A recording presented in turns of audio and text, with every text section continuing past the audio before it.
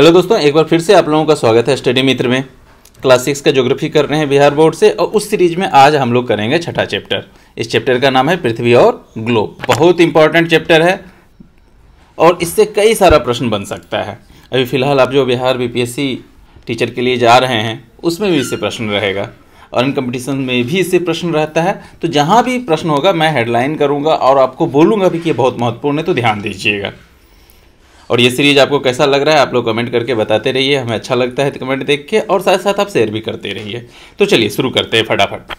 यह चैप्टर भी उसी तरह से शुरू हुआ है जैसे कि हम लोग बातचीत के क्रम में देखते हैं कि बनाया गया है कि बच्चे कभी पापा से पूछते हैं, कभी दादा से, कभी भैया से, कभी टीचर से। तो इसमें क्या है, इसमें महेश अपने दादाजी के साथ घूमते हुए पहाड़ी की चोटी पे पहुंचा।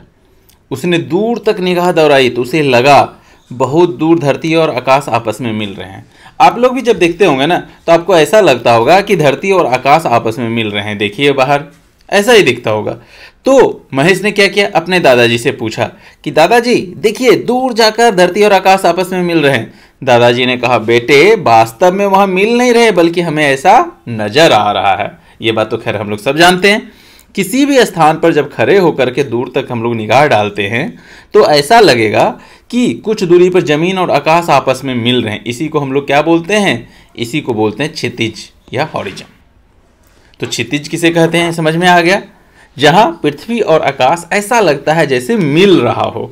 और ऐसा क्यों होता है, ऐसा इसलिए होता है क्योंकि हमारी पृथ्वी क्या है, गोल है। लेकिन हमें आसपास से देखने पर पृथ्वी गोल नजर आती है? बिल्कुल नहीं नजर आती है। हमें कैसी नजर आती है, चपटी नजर आती है। इसका क्या कारण है, इसका कारण है कि हम एक जगह खड़े होकर पृथ्वी को नहीं देख सकते, मतलब पूरी पृथ्वी को एक साथ नहीं देख सकते। थोड़ी दूर तक देखते हैं तो हमको कैसी नजर आएगी, चपटी ही नजर आएगी। अगर हम चांद या उपग्रह पर जाकर पृथ्वी को देखें तो पृथ्वी भी चांद जैसी ही दिखाई देगी, क्योंकि पृथ्वी भी चंद्रमा की तरह ही गोल है, परंतु चंद्रमा से आकार में काफी बड़ी है। अब जब चांद की बात आई तो यहां पर क्या बता रहा है कि चांद पर पहुंचने वाला पहले व्यक्ति अमेरिका के नील आर्मस्ट्रांग थे। पहले व्यक्ति कौन थे, नील आर्मस्ट्रांग। वो अकेले नहीं गए थे, उनके साथ एक और उनके साथ गया था जिसका नाम था बज एल्ड्रिन। क्या नाम था, बी एल्ड्रिन। ये दोनों गए थे। और कब गए थे ये गए थे 20 जुलाई 1969।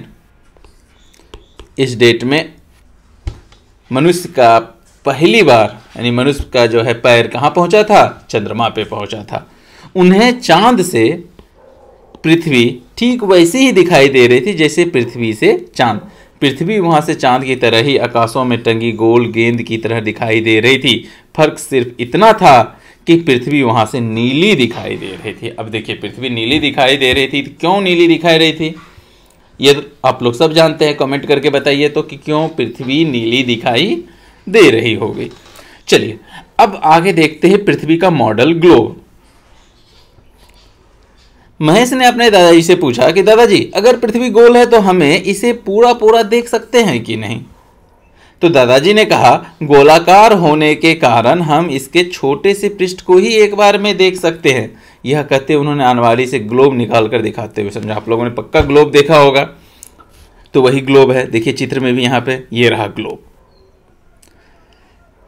दादाजी ने समझाया कि जिस प्रकार एक विशाल हाथी को छोटे खिलौने के रूप में बना के बच्चों को देते हैं ना, ठीक उसी प्रकार विशाल पृथ्वी को ग्लोब के रूप में दिखाया गया है। देखो दुनिया के सभी देश ग्लोब पर अलग अलग रंगों में दिखाए गए हैं। यहां पर देखिए प्रश्न आपको पूछा जा सकता है कि ये जो देश है, ये सारे देश ये किन किन रंगों में दिखाए जाते हैं। ये अलग अलग रंगों में दिखाए गए हैं ग्लोब पे। उन्होंने महेश को ग्लोब पर भारत देश को खोजकर उंगली रखने के लिए कहा। अब देखिए इस ग्लोब में भी भारत आप ढूंढ सकते हैं। देखिए कहां पे भारत है, भारत रहा ये वाला हिस्सा भारत। तो उन्होंने महेश को ग्लोब पर भारत देश खोजकर उस पर उंगली रखने के लिए कहा तथा किसी भी दिशा में उंगली बढ़ाते हुए वापस भारत पे आने के लिए कहा। जैसे इसको गोल गोल घुमाइएगा ना तो घूम के फिर वापस वहीं पहुंच जाएगी। क्यों, क्योंकि पृथ्वी गोल है। उन्होंने बताया कि जहां नीला रंग दिखाई पड़ रहा है वहां पे सागर और महासागर हैं। यानी जहाँ पे नीला रंग दिखाई दे रहा है वहाँ पे क्या है, सागर और महासागर। देखिए चित्र में ये वाला सारा हिस्सा क्या है, नीला है ना। इसका मतलब यहाँ पे क्या है, यहाँ पे सागर और महासागर है। पता करने के लिए कि ग्लोब के अधिक हिस्से में क्या है, महासागर या जमीन के भाग, तो आप लोगों को पता ही है कि ज़्यादा हिस्सा पे क्या है, महासागर है। आप भी ग्लोब में अपने देश भारत को खोजिए तथा किसी भी दिशा में उंगली भर वापस पहुंचिए। चलिए ये कर सकते हैं, मानचित्र एवं ग्लोब। अब देखिए हमने मानचित्र भी देखा है, ग्लोब भी देखा, तो दोनों में अंतर क्या है। तो दादाजी ने बताया कि ग्लोब गोल है। ग्लोब क्या है, यह गोल है जो मानव द्वारा बनाया गया पृथ्वी का छोटा सा मॉडल है, जबकि मानचित्र चौड़ा चपटे सतह पर बना होता है। मानचित्र क्या होता है, चौड़े चपटे सतह पर बना होता है, परंतु दोनों में जल एवं थल भाग को हिस्से को विशेष रंग से दिखाया जाता है। जल को किस भाग से दिखाया जाता है, नीले रंग से, अभी हमने देखा ही। थल में अलग अलग देश को अलग अलग रंग से रंग दिया जाता है। अब उन्होंने संसार का मानचित्र दिखा के बताया कि जमीन के बड़े बड़े हिस्से जो महासागरों से घिरे हुए हैं उसको क्या कहते हैं, महादेश कहते हैं, कॉन्टिनेंट कहते हैं, और इन्हें स्थल भाग कहा जाता है। स्थल पर ही लोग रहते हैं। अब देखिए ये हमारी दुनिया का चित्र है। इसमें देखिए कौन कौन सा है। ये वाला जो बड़ा हिस्सा है ये क्या है, उत्तरी अमेरिका। ये वाला जो हिस्सा है, ये वाला हिस्सा ये है दक्षिणी अमेरिका। ये अफ्रीका हो गया पूरा हिस्सा, ये पूरा क्या हो गया, अफ्रीका हो गया। इधर देखिए ये हिस्सा क्या है, ये है हमारा यूरोप। और यहाँ पे देखिए ये सबसे बड़ा हिस्सा यह है क्या, एशिया। ये क्या है, एशिया। और हमारा देश यहाँ पे है भारत, ये वाला भारत है यहाँ पे। और ये भारत जो है ये भी किसका हिस्सा है, एशिया का हिस्सा है। और इधर नीचे की साइड में ऑस्ट्रेलिया। तो हमने देख लिया कि दुनिया के ये सारे क्या है, कॉन्टिनेंट्स हैं, महादेश है। कितने कितने हैं ये, उत्तरी अमेरिका 1, दक्षिणी अमेरिका 2, अफ्रीका 3, यूरोप 4, एशिया 5 और ऑस्ट्रेलिया 6। और नीचे की तरफ देखिए एक और दिख रहा है आपको क्या, अंटार्कटिका। टोटल कितने हो गए, 7। अब देखिए और इन्हीं पे क्या है, इन्हीं पे गांव, शहर, नदी, नाले सब कहाँ है, महादेशों पे ही है। और महादेश की संख्या कितनी है, जिसे महादेश भी बोलते हैं और महाद्वीप भी बोलते हैं, इसकी संख्या कितनी है, 7। कौन कौन हो गए, एशिया, यूरोप, ऑस्ट्रेलिया, अफ्रीका, उत्तरी अमेरिका, दक्षिण पर अंटार्कटिका। अभी हमने जस्ट देखा था। अब जो नीला वाला हिस्सा है ये वाला, ये क्या है, महासागर। कौन कौन सा महासागर है, देखिए यहाँ प्रशांत महासागर, ये अटलांटिक महासागर, इधर हिंद महासागर है कि नहीं, ऊपर अंटार्कटिक महासागर। यानी टोटल कितने महासागर हैं, टोटल महासागर हो गए कितने, 5। हिंद, प्रशांत, अटलांटिक और आर्कटिक महासागर। यानी संसार में महासागरों की कुल संख्या कितने हो गए, 4। ये बहुत गहरे होते हैं, काफ़ी गहराई, इतनी गहरे होते हैं, इतने ज़्यादा कि अगर हम उसमें एवरेस्ट जो कि सबसे ऊंची चोटी है हिमालय का, उसको भी अगर हम लोग उसमें डुबाएं तो वह डूब जाता है। इसकी औसत गहराई लगभग 4 किलोमीटर होती है। यानी महासागर की औसत गहराई कितनी होती है, 4 किलोमीटर। चलिए आप बताइए कि दुनिया की सबसे गहरी जगह कौन सी है, कमेंट कीजिए। तो यदि हमें एक महादेश से दूसरे महादेश तक पानी के जहाज से महासागर पार करके जाना होता है तो कई सप्ताह लग जाते हैं। चलिए अभी मैंने क्या पूछा था कि दुनिया की सबसे गहरा हिस्सा, तो सबसे गहरा हिस्सा है किसमें, प्रशांत महासागर में। किसमें, इसी प्रशांत महासागर में, जिसका नाम है मैरियाना गर्त, मैरियाना ट्रेंच या मैरियाना गर्त बोल सकते हैं। यह दुनिया का सबसे गहरा जगह भी कह सकते हैं, क्योंकि महासागर गहरा उसमें भी सबसे गहरा ये है। और कितना गहरा है ये, 11 किलोमीटर तक है। और यह है कहाँ, प्रशांत महासागर में। कहाँ पे, प्रशांत महासागर में। याद रखिएगा, बहुत इंपॉर्टेंट है। अब सफ़र के दौरान कई, अच्छा हाँ, आप लोगों ने कमेंट नहीं किया था कि माउंट एवरेस्ट की ऊंचाई कितनी है। चलिए आज भी मैं नहीं बताऊंगा, आपको ही कमेंट करना है कि उसकी ऊंचाई कितनी है, और बहुत इंपॉर्टेंट क्वेश्चन है। और साथ साथ ये भी कमेंट कीजिएगा कि एवरेस्ट पे सबसे पहले चढ़ने वाले व्यक्ति कौन हैं और कहाँ के हैं। अगला देखिए, सफर के दौरान कई दिनों तक चारों ओर सिर्फ पानी पानी दिखाई पड़ता है जब समुद्र में कोई चलता है, और सभी महासागर आपस में जुड़े हुए हैं। अंटार्कटिक महासागर को उत्तरी एवं दक्षिणी हिम महासागर भी कहते हैं, क्योंकि अत्यधिक ठंड के कारण वहां बर्फ जमी रहती है।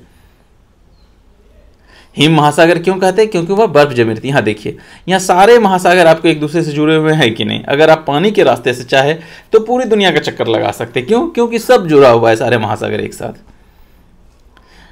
संसार के नक्शे में महादेश एवं महासागरों के नाम सही जगह पर लिखिए। और चलिए काम करना है, आप लोग कर लीजिएगा। अक्षांश और देशांतर, बहुत इंपॉर्टेंट टॉपिक, अक्षांश और देशांतर।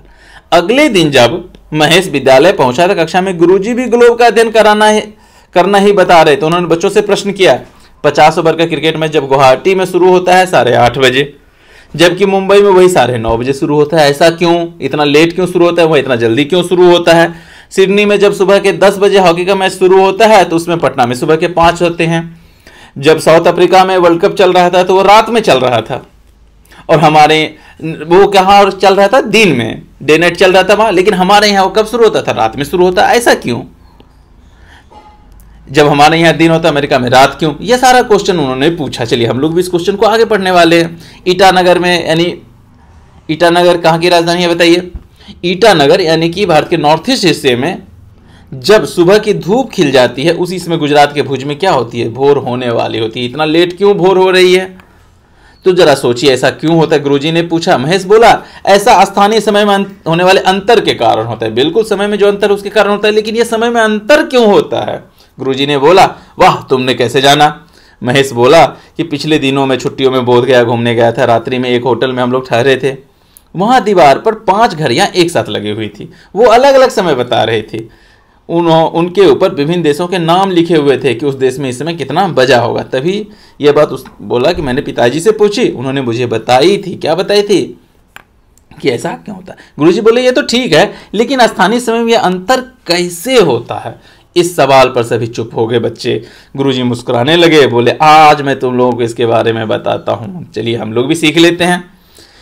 उन्होंने बताया कि 700-800 वर्ष पहले समुद्री यात्राओं के दौरान लोग भटक जाते थे। अब समुद्र में चलेंगे, उनको समय का पता नहीं चलेगा तो भटकेंगे ही। किसी स्थान को खोजने में बहुत परेशानी होती थी। आसमान में सूरज ही की स्थिति या रात में ध्रुव तारे को देखकर ही स्थान की स्थिति का अनुमान लगाया जाता था। इसमें बहुत परेशानी होती थी। बाद में क्या बन गया? कंपास आ गया। कंपास क्या होता है? दिक् सूचक यंत्र होता है, और नक्शे से ठिकाना खोजना आसान हो गया। यानी 2 चीज बना, कंपास और नक्शा। तो अगर आपसे पूछे कि कंपास क्या है, तो यह दिशा सूचक यंत्र है। लेकिन समय का अंतर पता करना अभी भी मुश्किल था। क्या आप जानते हैं यह मुश्किल कैसे दूर हुई?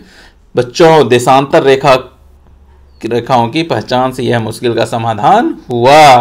अब देखिए, जो समय वाला सिस्टम है पूरे संसार में कैसे लागू हुआ? किसके कारण? देशांतर रेखाओं के कारण। अब ये देशांतर रेखा क्या है? राजू ने तुरंत पूछा, अरे ये रेखाएं क्या होती हैं? तो चलिए अब हम लोग देखेंगे अक्षांश रेखा को और देशांतर रेखा को। बहुत मजेदार चैप्टर है, मजा आने वाला है आपको, और इंपॉर्टेंट तो उतना ही ज्यादा है। अक्षांश रेखाएं पहले देखने वाले हैं। गुरुजी ने कहना शुरू किया, आप जानते हैं कि पृथ्वी गोल है? हाँ, जानते हैं हम लोग।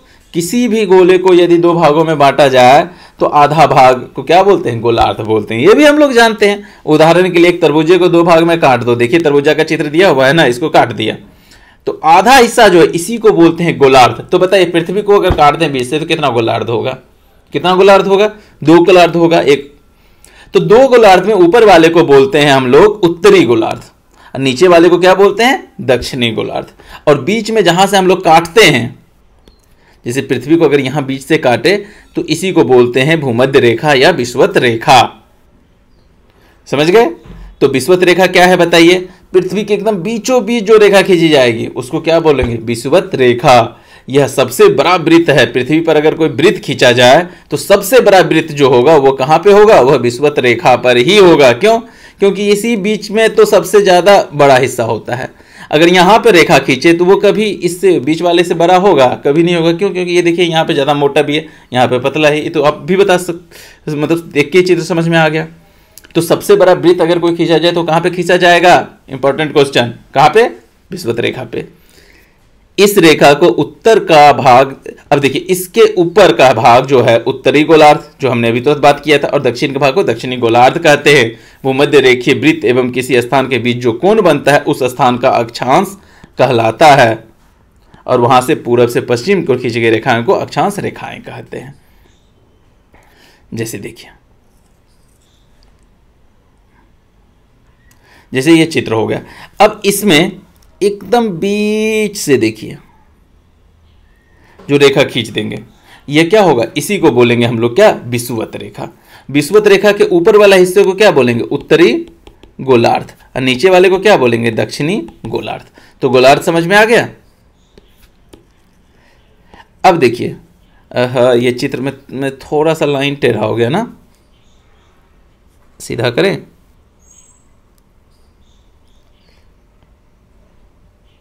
मान लीजिएगा कि एकदम बीचों बीच है। जब ये बीचों बीच है तो ये जो सबसे है सेंटर, यही तो होगा।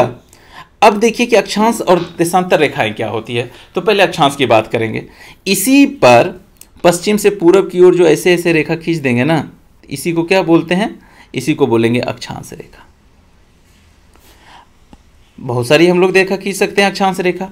और ये जो अक्षांश रेखा है ना, इसको हम लोग डिग्री में नापते हैं। कैसे नापते हैं, डिग्री में। तो डिग्री में नापते हैं तो बोलिएगा ये डिग्री आता कहाँ से है। तो देखिए होता क्या है, बीच वाला भी हमने बंद कर दिया। देखिए बीच में ये हो गया हमारा विषुवत रेखा।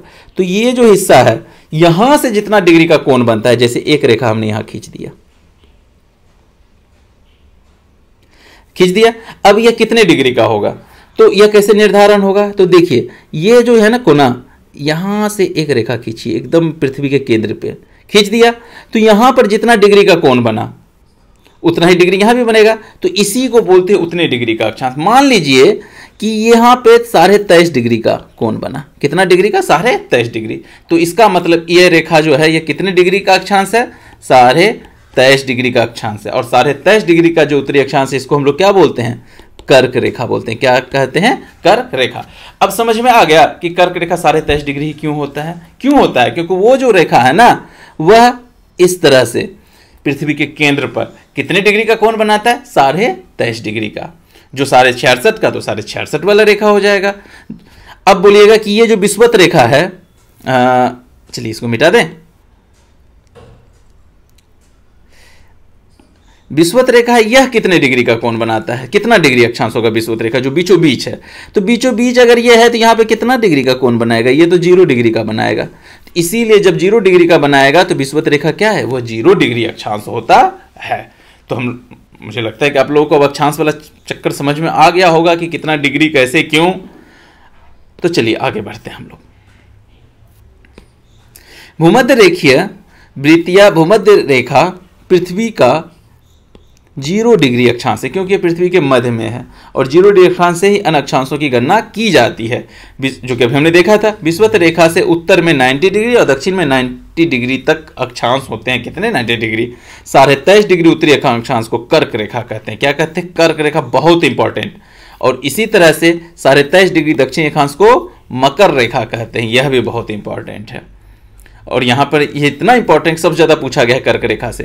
कर्क रेखा जो है ना, वो भारत के बीचों बीच गुजरती है और कई राज्यों से गुजरती है। तो आप लोगों को कमेंट करके बताना है कि कर्क रेखा भारत के बीचों बीच किन किन राज्यों से गुजरती है, उन सबका नाम लिखना है आपको। और अगले वीडियो में मैं आपको बता दूंगा कि वह किन किन राज्यों से गुजरती है। पिछला वाला का क्वेश्चन का जवाब आप लोगों ने दिया नहीं था, एवरेस्ट वाला। इस बार देखता हूं कि कितने लोग सही जवाब देते हैं। और बहुत इंपॉर्टेंट है ये कर्क रेखा वाला, बहुत बार पूछा गया है कि भारत के किन किन राज्यों से गुजरती है, और बिहार से गुजरती है कि नहीं ये भी बताइएगा।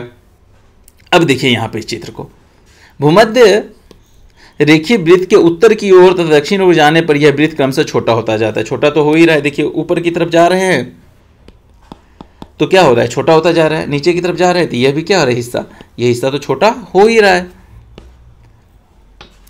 90 डिग्री उत्तरी तथा 90 डिग्री दक्षिणी को हम लोग ध्रुव कहते हैं।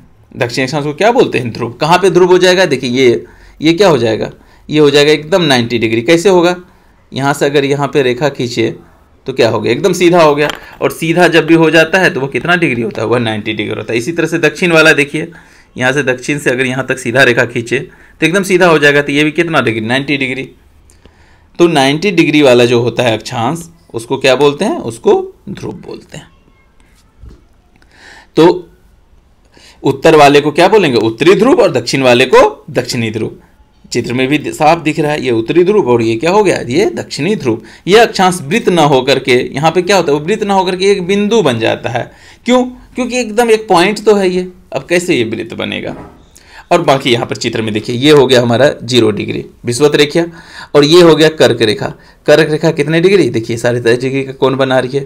तो उत्तर वाला कर्क, दक्षिण वाला मकर, ये है फिर 66.5 डिग्री। अब गुरुजी ने बच्चों को अक्षांश और देशांतर रेखाओं की विशेषताएं भी बताई। जैसे ये रेखाएं पूर्व से पश्चिम दिशा में विषुवत रेखा के समांतर खींची जाती हैं। अच्छा, पूरब से पश्चिम की ओर खींची जाती है यह, चलिए याद रखिएगा इस बात को। दो अक्षांशों के बीच की दूरी हमेशा समान होती है, यानी कहीं पे भी दो अक्षांश के बीच की दूरी मापिए ना, चाहे यहाँ पे मापिए, चाहे यहाँ मापिए, चाहे यहाँ मापिए, हमेशा वो क्या होगी, हमेशा वो समान होती है। विषुवत वृत्त से ध्रुवों की ओर जाने पर छोटे छोटे वृत्त होते जाते हैं, अतः ध्रुव एक बिंदु के रूप में रह जाता है, यानी ध्रुव अंत में क्या होता है, बिंदु के रूप में रह जाता है। देखिए यहाँ पे विषुवत रेखा ये कितनी बड़ी है, उसके बाद उससे छोटी होगी, छोटी होगी, छोटी होगी, अंत में क्या होगी, एक पॉइंट होगा यहाँ पे, तो ये क्या हो गया, एक बिंदु के रूप में ध्रुव हो गया। और सभी अक्षांशों की लंबाई समान नहीं होती है। क्यों नहीं होती है, बीच वाली सबसे बड़ी होगी, ये उससे छोटी, ये उससे छोटी, ये उससे छोटी, ये सबसे छोटी। तो समझ में आ रहा है ना आपको कि अक्षांश में क्या क्या विशेषताएं हैं। अब अगला प्रश्न, गोलार्ध किसे कहते हैं, किसी देश के अंतर अक्षांश विस्तार का पता कैसे करेंगे। देखिए गोलार्ध किसे कहते हैं, तो ऊपर वाला देखिए उत्तरी गोलार्ध, नीचे वाला ये हो गया उत्तरी गोलार्ध, कैसा, ये हो गया दक्षिणी गोलार्ध का। और किसी जगह पे वो किस अक्षांश से है, तो जो अक्षांश उससे होकर गुजरती है ना, जैसे कि कोई इस टाइप का कोई एक देश ले लीजिए, तो यहां से जो अक्षांश जा रही होगी और यहां से जो अक्षांश जा रही होगी, इस दोनों से उसके अक्षांश स्थिति का पता चल जाएगा कि वह इस अक्षांश और इस अक्षांश के बीच में है। समझ गए ना, इससे किसी भी देश की स्थिति का पता चल जाता है। अब देखिए करके देखने के लिए बोले, मिट्टी के गोले से पृथ्वी का नमूना बनाइए, चाकू से 2 भागों में बांटिए, दोनों गोलार्ध बन जाएगा, उत्तरी और दक्षिणी अंकित कीजिए, मिट्टी के गोले निर्मित कर अक्षांश रेखा खींचिए, इसमें विषुवत, कर्क और मकर रेखा को दिखाइए। चलिए ये सब तो खैर समझ में आता ही है। अब गुरुजी ग्लोब लेकर आए और कहा कि बारी बारी से ग्लोब पर अक्षांश रेखाओं पर उंगली रखकर ग्लोब को घुमाइए। ऐसा करते ही सभी बच्चों में होड़ लग गई। बच्चे तो क्या होता है, कोई एक्टिविटी दीजिए एकदम मजा आता है उनको करने में, और टक करने लगता है। आप लोग याद कीजिए जब बच्चे थे तो स्कूल में कैसे काम करते थे, कोई भी गेम हो, नहीं हम खेलेंगे, है कि नहीं, उंगली रखकर एक ही दिशा में घुमाने पर सभी बच्चे वहीं पहुंच जा रहे थे जहां उंगली रखी थी पहली बार। तो गुरुजी ने बच्चों को बताया कि ऐसा इसलिए हो रहा है क्योंकि ये सभी रेखाएं वृत्ताकार हैं। बच्चे बार बार ऐसा करने लगे और बार बार वहीं पहुंचने लगे। बोला अरे बस करो। सिर्फ इतना ही नहीं, आओ मैं तुम्हें एक नई रेखा के बारे में बताता हूं। चलिए अक्षांश का काम खत्म, अब नई रेखा देशांतर रेखा, यह भी बहुत महत्वपूर्ण है। ये चैप्टर आज का जो है ना, लग रहा है कि असली हम लोग पढ़ रहे हैं ज्योग्राफी, क्योंकि ये बहुत ज़्यादा इंपॉर्टेंट है। गुरुजी ने ग्लोब हाथ में लिया और बोला ग्लोब पर उत्तरी ध्रुव और दक्षिणी ध्रुव को जोड़ती हुई रेखाएं भी खींची गई है। ये सभी लंबवत रेखाएं देशांतर रेखा, इसको क्या कहते हैं, देशांतर रेखा। इस चित्र में देखिए, ये रहा आपका उत्तरी ध्रुव, ये रहा दक्षिणी ध्रुव, और इस दोनों के बीच में देख रहे कितनी रेखाएं खींची गई है, बहुत सारी रेखाएं खींची गई है। तो इसी को बोलते हैं कौन सी रेखा, देशांतर रेखा। याद रहेगा एकदम। किसी भी स्थान की सही स्थिति और समय का पता लगाने के लिए इन रेखाओं का सहारा लिया जाता है। हमें किसी भी जगह का पता लगाने के लिए 2 चीज की जरूरत होती है, एक अक्षांश और देशांतर पता चल जाता है तो हम लोग कहीं भी पहुंच जाते हैं। आप लोग मोबाइल में मैप देखते हैं ना, गूगल मैप किसी भी जगह को कैसे ढूंढता है, वो इन्हीं 2 चीजों से ढूंढता है, अक्षांश और देशांतर। देखिएगा उसमें कोऑर्डिनेट्स होता है, डिग्री में मिनट में लिखा हुआ होगा, दो लाइन, उसी से पता चलता है देशांतर और अक्षांश। आज आप लोग मोबाइल में देखिएगा तो कैसे कोऑर्डिनेट्स बताता है। गुरुजी ने खरबूजा, संतरा, घाघरा, नींबू को बारी बारी से बच्चों को दिखाया। खरबूजा या एक छिला हुआ संतरा, आजकल खरबूजा का टाइम चल रहा है, तो देखिएगा खरबूजा आप कुछ गौर से देखिएगा तो उस पर कई लंबवत रेखाएं होंगी। जैसे ये अगर खरबूजा है तो इस पे क्या है, इस पे बहुत सारी ऐसी ऐसी लाइनें दिखाई देंगी, आपको दिखता है ना। तो ठीक उसी तरह से पृथ्वी पर लाइनें खींची गई हैं, जिसको हम लोग क्या बोलते हैं, देशांतर रेखाएं कहते हैं। ठीक इसी तरह पृथ्वी पर देशांतर रेखाएं की कल्पना कीजिए। ये काल्पनिक रेखाएं, वास्तव में नहीं, लेकिन खींची गई। पृथ्वी आकार गोल है और एक वृत्त के समान है, और वृत्त में कितना 360 डिग्री होते हैं, तो टोटल कितनी रेखाएं खींची जा सकती है पृथ्वी पर, इसीलिए 360 देशांतर रेखाएं खींची जा सकती है। इंपॉर्टेंट क्वेश्चन, कितनी रेखाएं खींची जा सकती है? 360। इनमें दो देशांतर रेखाएं महत्वपूर्ण मानी गई है, वो 0 डिग्री और 180 डिग्री। 0 डिग्री देशांतर को प्रधान देशांतर रेखा कहते हैं या प्रधान मध्याह्न रेखा कहते हैं, और 180 देशांतर रेखा को अंतरराष्ट्रीय तिथि रेखा कहते हैं। अब अगर आपसे क्वेश्चन कोई पूछा जाए कि प्रधान मध्याह्न रेखा कितना डिग्री है, वो है 0 डिग्री। अगर आपसे पूछा जाए कि अंतरराष्ट्रीय तिथि रेखा कौन सा है, 180 डिग्री। कई लोगों को डाउट हो जाता है कि जो प्रधान मध्याह्न रेखा है ना, वही अंतरराष्ट्रीय तिथि रेखा भी है। ऐसा नहीं है, दोनों में अंतर है। 0 डिग्री प्रधान मध्याह्न, 180 डिग्री अंतरराष्ट्रीय तिथि रेखा। अब देखिए अंतरराष्ट्रीय तिथि रेखा जो है वो कहां से गुजरती है, चित्र में देखें। चलिए एक चित्र है, यहां देखिए, ये हो गया हमारा कौन सा, यूरोप, अफ्रीका, और इधर गलत बोल रहा हूं मैं, ये हो गया हमारा उत्तरी अमेरिका और दक्षिणी अमेरिका, इधर ये एशिया। और इसी के बीच से जो ये रेखा गुजर रही है, ये देखिए ये रेखा, यही है हमारी अंतरराष्ट्रीय तिथि रेखा। अब देखिएगा, होना चाहिए था एकदम सीधा, लेकिन कहीं पर क्या है, ये टेढ़ा टेढ़ा भी है। अब क्यों है ये हम लोग आगे चैप्टर में पढ़ेंगे। बस ये समझ ले कि ये हमारा अंतरराष्ट्रीय तिथि रेखा, और ये काम कैसे करता है। देखिए, अगर कोई व्यक्ति इधर से इस साइड जाता है, यानी पश्चिम की तरफ जाता है, तो वो अपने आप में एक तिथि बढ़ा लेता है। जैसे अगर इधर मंडे है, चित्र में देखिए इस साइड, अगर इधर मंडे है और इस लाइन को जैसे ही क्रॉस करेगा तो वो अपने घड़ी में एक दिन बढ़ा लेगा और बोलेगा क्या कौन सा दिन हो गया, ट्यूसडे हो गया। अब वही अगर कोई इस तरफ से पूरब की तरफ आएगा उल्टा, तो क्या होगा, वो अपना एक दिन घटा लेगा। अगर ये इधर ट्यूसडे यानी मंगल को चला, तो ये इधर लाइन क्रॉस करते ही बोलेगा कि इधर क्या हो गया, सोमवार हो गया। तो समझ में आ गए कि अंतरराष्ट्रीय तिथि रेखा जो है ना, उसको अगर कोई क्रॉस करता है तो एक दिन घटा लेता है या बढ़ा लेता है।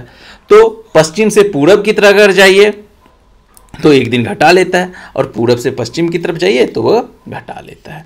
चलिए आगे, वैसे क्लास में भी है।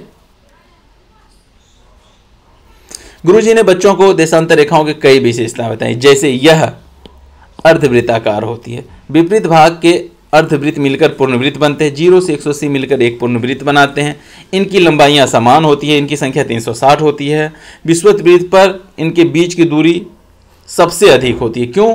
क्योंकि इस बीच वाला जो हिस्सा है ना, यहाँ पे क्या है, पृथ्वी सबसे ज़्यादा चौड़ी है, इसीलिए यहाँ पे उसके बीच की दूरी सबसे ज़्यादा होती है, और ध्रुव की ओर जैसे जैसे जाते हैं वह कम होती जाती है। लेकिन जैसे जैसे हम ध्रुव की ओर जा रहे हैं वैसे उसके बीच की दूरी कम होती जाती है। ध्रुव पर ये सभी रेखाएं मिल जाती है तो एक बिंदु के समान हो जाती है। पृथ्वी पर किस स्थान की स्थिति दर्शाने के लिए समय निश्चित करने के लिए देशांतर रेखाओं का ज्ञान आवश्यक है। 180 देशांतर रेखा एक तिथि रेखा, इसलिए यह पूरब या पश्चिम नहीं होता है। क्यों? क्योंकि यह तिथि रेखा है और यहीं से दोनों तरफ पूरब और पश्चिम होता है। यहाँ पर देखिए बताया है कि इस रेखा से पश्चिम में जाने पर एक तिथि बढ़ा दी जाती है, जबकि पूरब की ओर जाने पर एक तिथि घटा दी जाती है, जो कि अभी हमने चित्र में भी देखा था।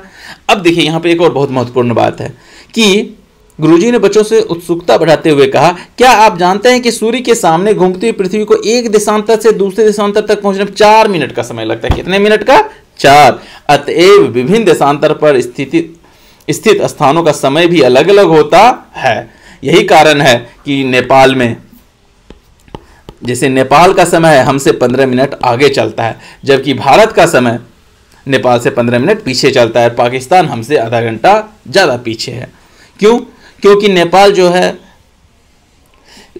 15 मिनट पीछे होने के कारण कितने देशांतर कह सकते हैं? लगभग 4 देशांतर पीछे कह सकते हैं। यानी एक देशांतर से दूसरे में जाने में कितना मिनट का समय लगता है? 4 मिनट का।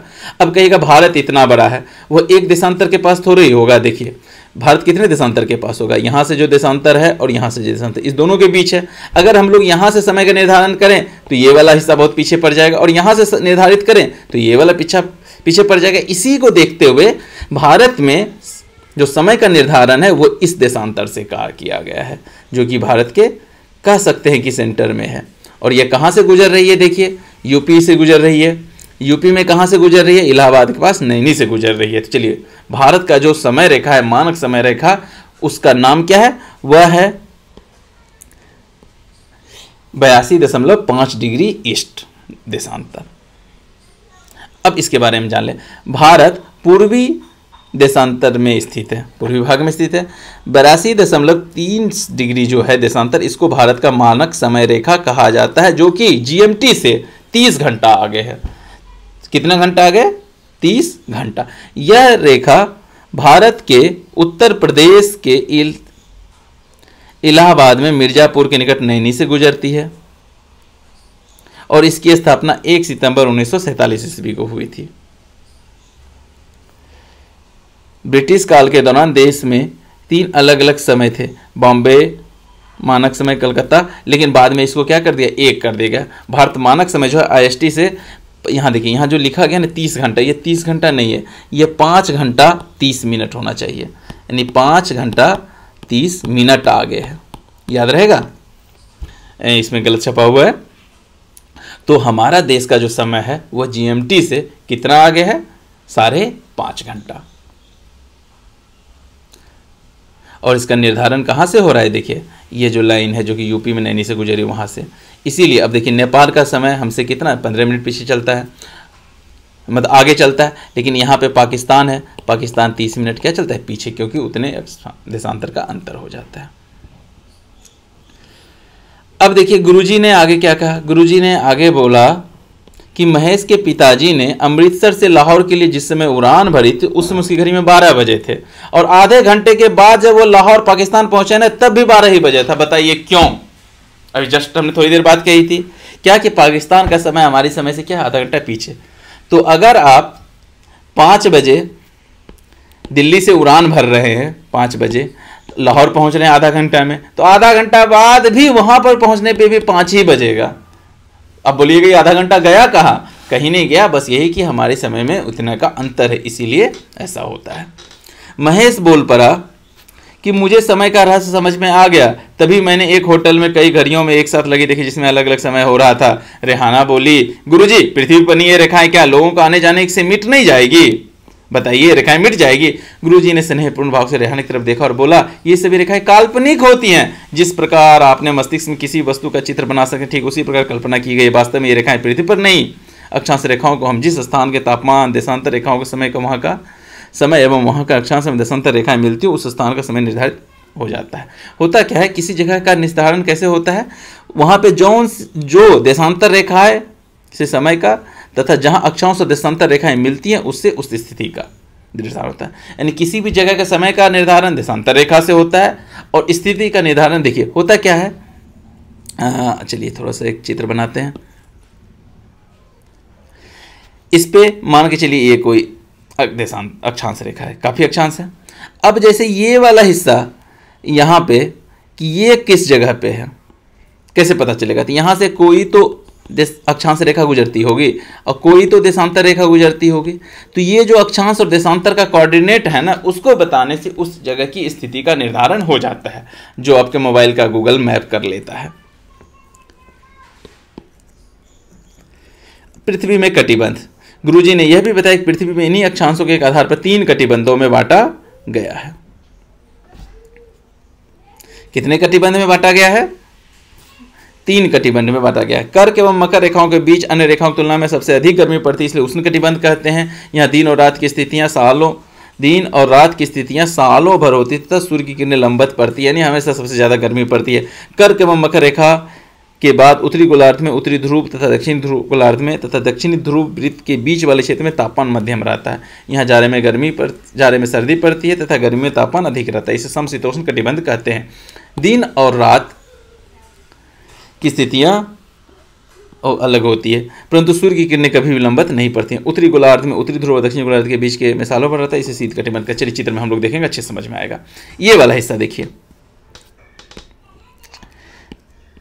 इधर हो गया ये कर्क रेखा, इधर हो गया मकर रेखा, इसके बीच का जो हिस्सा है इसको बोलते हैं हम उष्ण कटिबंध। सूर्य हमेशा सीधा पड़ता है, यानी गर्मी ज़्यादा होती है हमेशा सालों भर। अब यहाँ देखिए, कर्क रेखा से लेकर के यानी 23.5 डिग्री से लेकर 66.5 डिग्री उत्तरी अक्षांश के बीच, और इधर भी 23.5 डिग्री दक्षिणी अक्षांश से लेकर 66.5 डिग्री के बीच का जो हिस्सा है इसको समशीतोष्ण कहते हैं, यानी न ज़्यादा गर्मी न ज़्यादा सर्दी पड़ती है। और ये वाला हिस्सा 66.5 से लेकर के 0 डिग्री तक, यानी उत्तरी दक्षिणी ध्रुव के बीच, और सेम उत्तर में उसी तरह 66.5 से लेकर उत्तरी ध्रुव के बीच। इसको बोलते हैं शीत कटिबंध, क्योंकि यहाँ बहुत ज़्यादा सर्दी पड़ती है और यहाँ 6 महीने का दिन और 6 महीने का रात होता है, यानी 6 महीने तक सूरज निकलता ही नहीं है और 6 महीने तक सूरज डूबता ही नहीं है। तो समझ में आ गया। अब क्वेश्चन को देखें, सही विकल्प चुनिए। एक देशांतर से दूसरे देशांतर की दूरी तय करने में सूर्य को कितना समय लगता है? कितना समय लगता है बताइए? 4, 5, 40, 4 सेकेंड, कहिएगा 4 मिनट, याद हो गया। सबसे अधिक गर्मी कहाँ पड़ती है? शीत कटिबंध, उष्ण कटिबंध, कहाँ पड़ती है? देखिए सबसे अधिक गर्मी कहाँ पड़ती है, ये वाला हिस्सा ना, तो ये कौन सा कटिबंध है? उष्ण कटिबंध। तो आंसर हमारा क्या हो जाएगा? उष्ण कटिबंध में कर्क रेखा है कितना डिग्री? 23.5 डिग्री उत्तरी अक्षांश, जो कि भारत को 2 भागों में बांटती है। किस किस राशि से गुजरती है? आप लोग के लिए क्वेश्चन है। अंतर्राष्ट्रीय तिथि रेखा से पूरब जाने पे क्या होता है बताइए? मैंने आपको एग्जाम्पल के साथ बताया था, यह भी आपके लिए हो गया। एक दिन बढ़ता है कि घटता है? चलिए आप कमेंट करके बताइए। खाली इस जगह को भरिए। 23.5 डिग्री उत्तरी अक्षांश को क्या कहते हैं? कर्क की मकर, आप बताइए। कर्क रेखा कहते हैं। 180 देशांतर रेखा को क्या बोलते हैं? तिथि रेखा कहते हैं, अंतर्राष्ट्रीय तिथि रेखा। पृथ्वी पर कुल कितने ताप कटिबंध है? 3 हो गए। पृथ्वी पर कुल 10 देशांतर रेखाएं खींची जा सकती है, 360 खींची जा सकती है। 10 रेखाओं की मदद से समय का ज्ञान होता है, देशांतर रेखाओं की मदद से समय का ज्ञान होता है। अब एक क्वेश्चन बताइए कि प्रधान मध्याह्न रेखा किसे कहते हैं? किसको? तो चलिए आज हमने क्या देखा? एक बहुत ही महत्वपूर्ण चैप्टर देखा। क्या देखा? पृथ्वी और ग्लोब। ये वीडियो आपको कैसा लगा हमें कमेंट करके जरूर बताइएगा। बहुत महत्वपूर्ण चैप्टर था और इसके बाद जो चैप्टर आने वाले हैं वो और भी ज़्यादा महत्वपूर्ण है और अब पढ़ने में आप लोगों को बहुत मज़ा आने वाला है और इससे क्वेश्चन भी बनेगा बहुत। तो हमारे साथ बने रहने के लिए आपका बहुत बहुत धन्यवाद।